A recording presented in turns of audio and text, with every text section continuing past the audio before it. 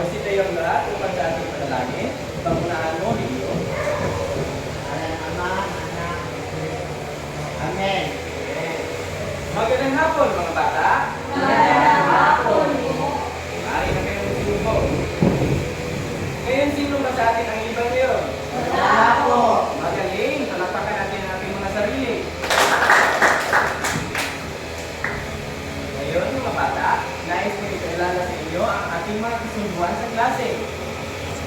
Rinyo, ano nga ang una natin kasunduan? Makinig ng mabuti kapag may ang guro ng sa harapan. Tama. Ang pangalawa naman, Christine? Itaas ang kanang kamay ng pagustong sumuko. Tama. Yung panghuli, sino ang may pagkakaalala? Christopher? Kulahok mo sa... Tama, makulahok. Pakiulat nga yung tatlo, Joseph. At kung pagkakaroon sa klase ay makinig ng mabuti at ang kanang kamay ay Tama, tandaan nyo yan mga bata. Opo. Ngayon, bago natin simulan ang ating talakayin, nais ko muna magkaroon tayo ng hula-hulaan. Gusto niyo ba mga bata? Opo. May inihanda ako mga larawan dito at hulaan ninyo kung ano ang pinapaniwasig dito. At para malaman ninyo kung makuha ninyo ang tamang sagot, may inihanda ako dito. Una ninyo ang mga domino dito ng mga litang nakaayon sa domino na may litra dito sa itaas. Nakuha ninyo mga bata? Opo. Maaari na kayo magsimula.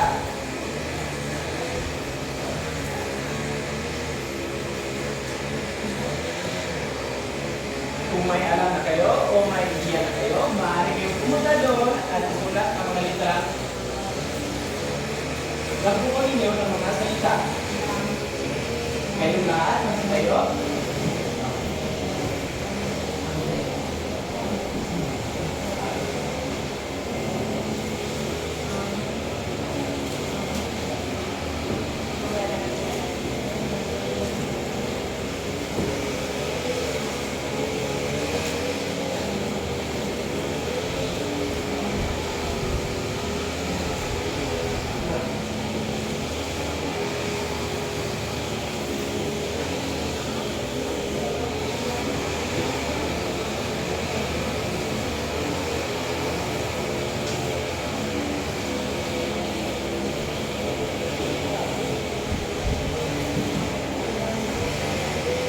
Ngayon, Sweetie, Joseph, Rizal, at Christine, magbasa kung ano ang mga salita na nabuo ng mga classmate ninyo.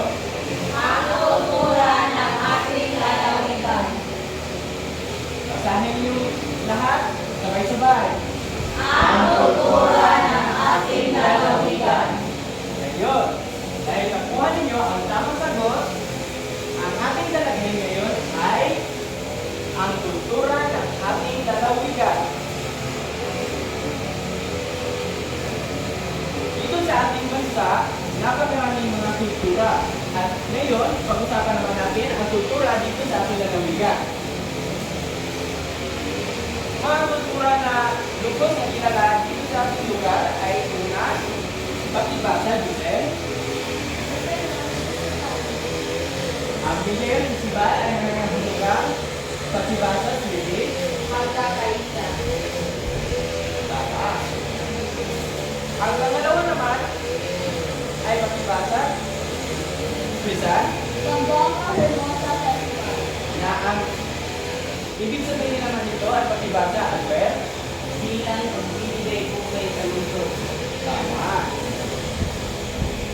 Ang pangatlong festival naman ng ating pag-usapan ay tungkol sa Patibasa, Cebu. Sibog Festival. Ang Cebu Festival ay Patibasa, Christine. Ang Cebu Festival ay pagpapasalamat sa mga nag-ani na bayan sa halimbawa ang Oyster Grill. Tama. Ang longest oyster grill ay kabilang sa Cebu Festival. Kikita ninyo, ang mga larawan dyan ay may mga maraming oyster na grill. So, ang pang-apat naman ng festival ay basahin sabay-sabay. Tinakayo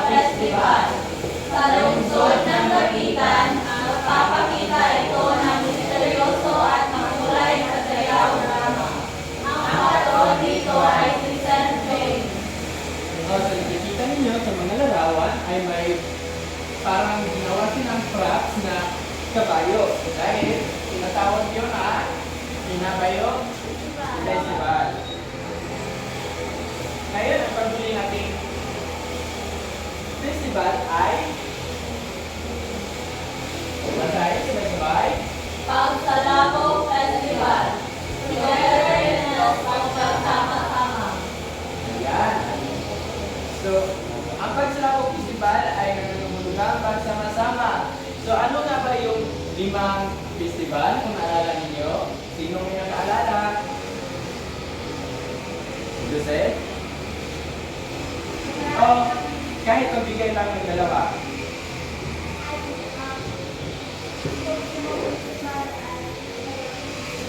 Tama. Okay, at may naalala pa rin kayo. Ngayon, dahil may alam na kayo tungkol sa mga kultura ng ating lalawigan, nais ko, magkakaroon tayo ng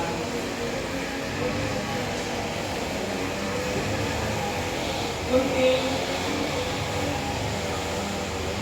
pagsusunod. Right? Kunting aktibidad. So, ang panoto, basahin niyo sabay-sabay. Tukuyin kung anong pagdiriwang ng ating kultura ang idinaraos base sa lawak at deskripsyon nito.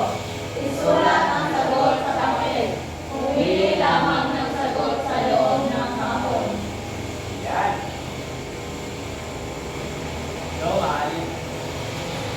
Kapag ipinakita ko dito ang larawan at saka yung description, ay kailangan nyo itaas ang inyong mga kamay at sabihin ang tamang sagot.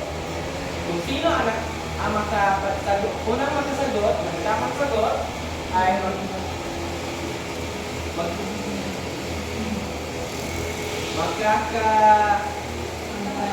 makakatanggap ng mangga later, mamaya. Okay? So, bumili lang kayo sa kahon. Kayo, di ba, basahin nga, dito. Kaya gusto ba sa mga festival? Kaya festival, tapos na buong festival. Ayun, dito. Jumel. Magaling. So, ito ay nangyayang pagkakita ay Negayon Festival. Magkakaroon ka ng isang mangga mamaya. Dito sa pangalawa. Sino may alam? Mario? Ang buwang kaya ko sa festival. Basahin mo muna kung ano ang Ito description. ay nagawa bilang bibigyan po sa lungsod. Ang sagot ay Ang buwang kaya mo sa festival. tama. So, magkakaroon ka rin ng mangga mamaya.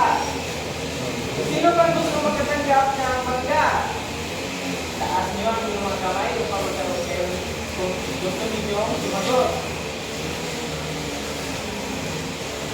Pangatlo, Christy. Sibog-sibog Festival. Ginagawa bilang pagpapasalamat sa nilakaan ng lugar. Ang bawat ito ay ang lowest outer dream. Tama. Yun ay sibuk-sibuk festival. Meron ka na rin mangga mamaya. Number 4 naman.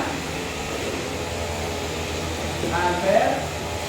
Kinakayo festival. Nagpapakita ito ng proyekto at magkulay ng sayaw drama sa lungsod ng Lapitan.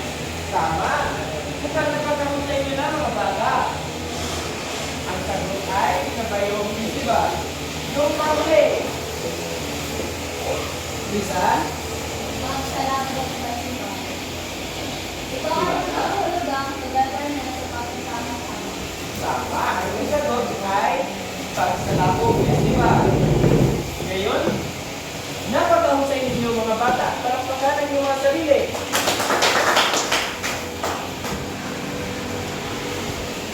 Bago tayo magpatuloy, Ano nga ang limang festival na ating tinalakay? Listen. Ang limang festival natin sa lalakay ay Bigyan Festival, ang mga festival, Ibo, Pinagayo, at Pagsalabot Festival. Tama. Mabuti at alaman ninyo ang limang festival na ating tinalakay na nangitutuhan ng ating lalawigan. Ngayon, magkakaroon muna tayo ng pasulit, may pasulit, at sagutan ninyo ang mga katanungan ito. Pakibasa sa panuto, Sweetie. Kung iniyaman ng sagot sa loob ng bato. Tama. So para sagutan ninyo yan, kumuha kayo ng papel at sagutan ninyo yan sa kahon. Pumili kayo ng sagot sa kahon.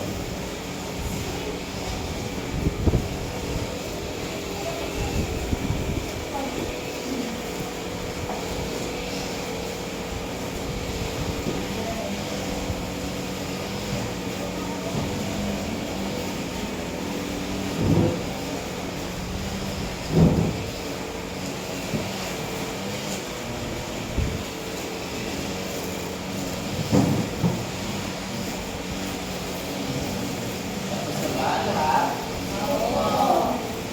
Hindi, ang bilis nyo naman natapos nun. Pakibasa ng mga papel nyo.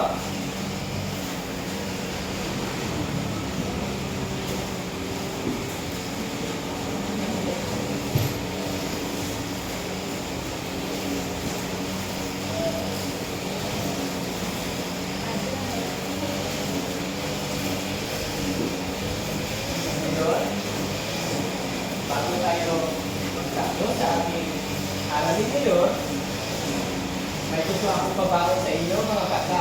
Makibasa sa panuto. George, Panuto, magsaliksik ng iba't pang halimbawa ng kultura ng ating lalawigan. yan ang magiging inyong tatlong aralin mga bata. Ngayon, magsitayo ang lahat upang sa ating palapos na panalangin. Pangunahan mo, Jubel,